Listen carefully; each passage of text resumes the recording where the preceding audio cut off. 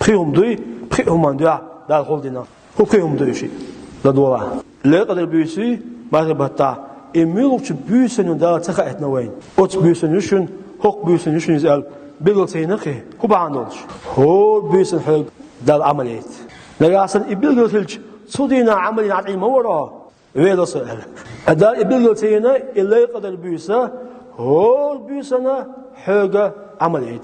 Şoluğ, hop esken din çuha, ne büyüsün din çuha, sasahtu, ot sah çuha doğuna, adeli diya, adiyanır lurdoş diyla u.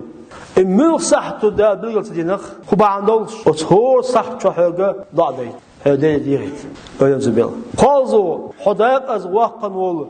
Vuduy, idal bilgilsi dinak, ot humnu hudayak az vakkarun, ot qinu hudayak az vakkarun, otu vakkaru da az sınırlarlı teallak dar bilgildin. Hun teal elçe masuvuna halar verildi. Masuvuna halar verildi. Diyor, hudakan ven dol dikduy. San hum de alıyor. Gottor çode alıyor. İhum duy idikum dal. İhum bilgilse dinak kuban olur. Delige dikduy hagdayt. Allahu akbar. Xo. Yelç oldu. Hal zaman çwa diknah. Öyle güç büyüşüler fili. Ve zaman çahun sebülüş güç. Samu öyle ne tibel. La dola. Dala öyle aşbas dikna buy. Uş qayl hawan bax.